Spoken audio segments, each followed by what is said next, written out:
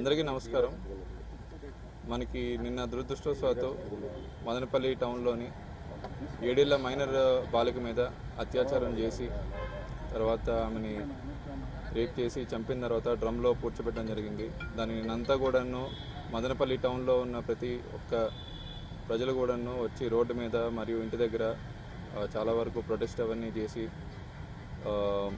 పెద్ద sensation news అది కూడా చేయడం జరిగింది. చాలా దురదృష్టవశాత్తు జరిగిన ఇన్సిడెంట్ ఇది.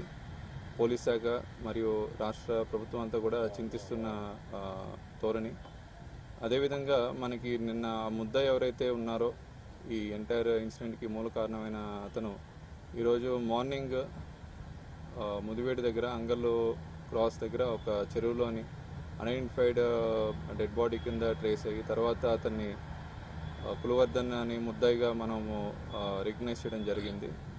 ప్రస్తుతానికి ఆ inquest and post mortem proceedings అవన్నీ కూడా జరుగుతున్నాయి.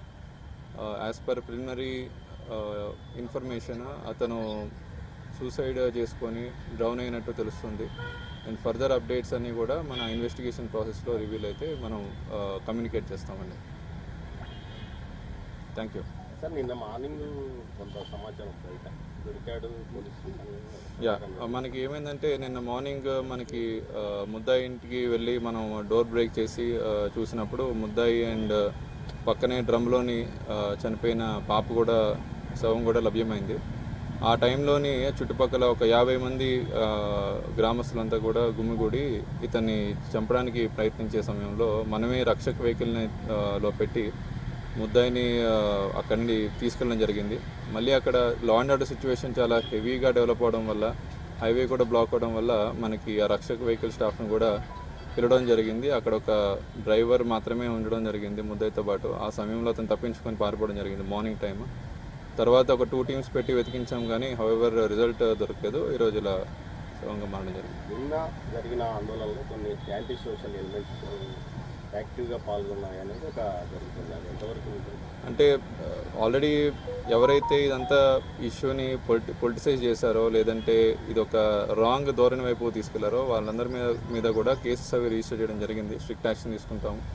ఏదైతే పాపకి జరిగిన అఫెన్స్ అనేది చాలా దురదృష్టవశాత్తు చింతించాల్సిన క్షణంలో ఇది వాళ్ళ ఓన్ పొలిటికల్ మైలేజ్కో లేదంటే వాళ్ళ ఓన్ ఆర్గనైజేషన్ బెనిఫిట్ కోసం వాడుకున్న వాళ్ళందరి మీద కూడాను మనం కేసు రిజిస్టర్ చేస్తాం అండ్ స్ట్రిక్ట్ యాక్షన్ కూడా తీసుకుంటాం.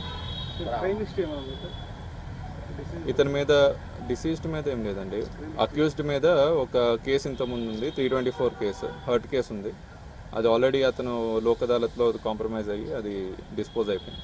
సార్, నెక్స్ట్ స్టెప్గా ఈ గంజాయి నిర్మూలనకు మీరు ఈ మదనపల్లిలో ఎలాంటి చర్యలు తీసుకుంటారు? ఆల్రెడీ మదనపల్లి ఇప్పటిదాకా 2 మేజర్ నెట్వర్క్స్ క్రాక్ చేయడం జరిగింది. దీనిలోని మనకి ఆల్మోస్ట్ ఒడిస్సా నుండి స్టార్ట్ అయ్యి తిరుపతి, విజయవాడ అండ్ మదనపల్లి, బెంగళూరు కనెక్షన్స్ ఉన్న ఎంటైర్ నెట్వర్క్ని క్రాక్ చేయడం జరిగింది. 2 మేజర్ నెట్వర్క్స్. ఫర్దర్గా కూడాను మనము ఇలాంటి నెట్వర్క్స్ కొన్ని క్యాష్ ఆపరేషన్స్ చేసి కొన్ని ఏరియాస్లో ఆల్రెడీ ఉన్నదని ఇప్పుడు ఇన్ఫర్మేషన్ వస్తుంది బయటికి. సో ఆ ఏరియాస్ అన్ని కూడా క్యాష్ ఆపరేషన్ చేసి అక్కడ ముద్దాయిలు కానీ ఎవరైనా కన్జ్యూమర్స్ ఉంటే వాళ్ళని పట్టుకొని డెఫినెట్గా నెట్వర్క్ అంతా క్రాక్ చేస్తాం. అండ్ ప్రజలందరికీ కూడా మా తరపున విజ్ఞప్తి, ఎవరైనా సరే గంజాయి తాగుతున్నారు, ఎటువంటి ఇల్ ఎఫెక్ట్స్కి డ్రగ్స్కి వాటికి లోన్ అవుతున్నట్టు అయితే సమాచారం ఇస్తే ఖచ్చితంగా పోలీసు వచ్చి యాక్షన్ తీసుకుంటారండి.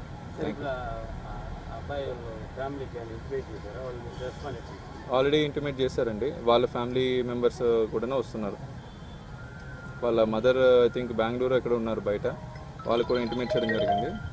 వాళ్ళ తరపున వేరే వ్యక్తులు వచ్చి బాడీని ఐడెంటిఫై చేయడం జరిగింది. యా వాళ్ళ in mother presence or family members, close family members presence చేయాలి. ఓకే.